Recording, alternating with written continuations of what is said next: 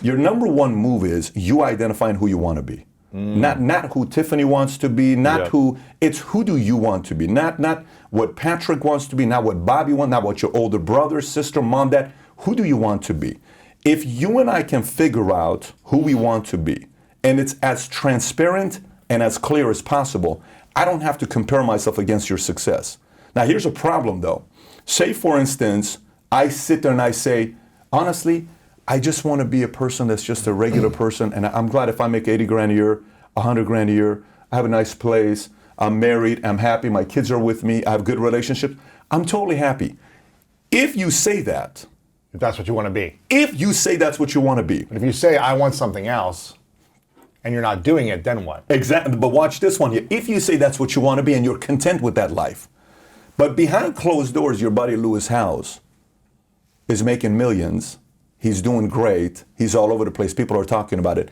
If an ounce of envy or jealousy comes in, you either weren't being honest with yourself, because that's not exactly who you wanted to be, or you got to ask the decision. Am I living my life or his life? That's the toughest thing to do, right? Toughest thing to do. Now, the other side of it is that, let's just say you got a big upside. You know, in sports, a lot of times, you know, Stephen A. Smith did an interview the other day, and they asked him about Vince Carter, and it was the toughest question that was asked. They said, Vince Carter, he just announced 23 years of retirement. He's leaving the NBA. Stephen A., what can you say about Vince Carter's legacy? Okay, now I don't know if you guys know who Vince Carter is.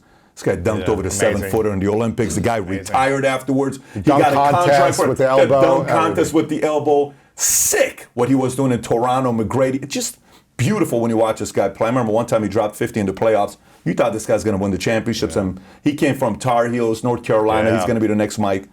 But here's what Stephen A. said about Vince Carter. Very difficult.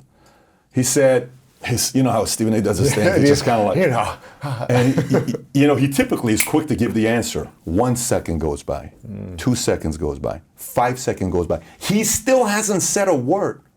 Then all of a sudden he says, well, I got to tell you, this is a good brother. I love this man. He's a great man. You know, he goes into building him up. And then he says, but it is the most unfulfilled talent we've ever seen in the history of the NBA. Really?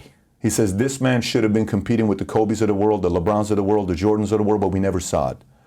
I wish I would have seen the best of him. And it's like 1 minute and 13 seconds. It's so awkward. Oh. If Vince Carter watches that and it doesn't bother him, more power to you, because you were happy to be in the NBA and you were cool with that. But if you watch that and it bothers you, you know deep down inside you could have done more. So you as the individual have to make a decision. Either I'm going for I want all the marbles, and I'm willing to go be embarrassed, lose, public humiliation after another one until I get there, or I'm going to live a simple life and I'm okay with this. But you have to be clear about that. That's step number one.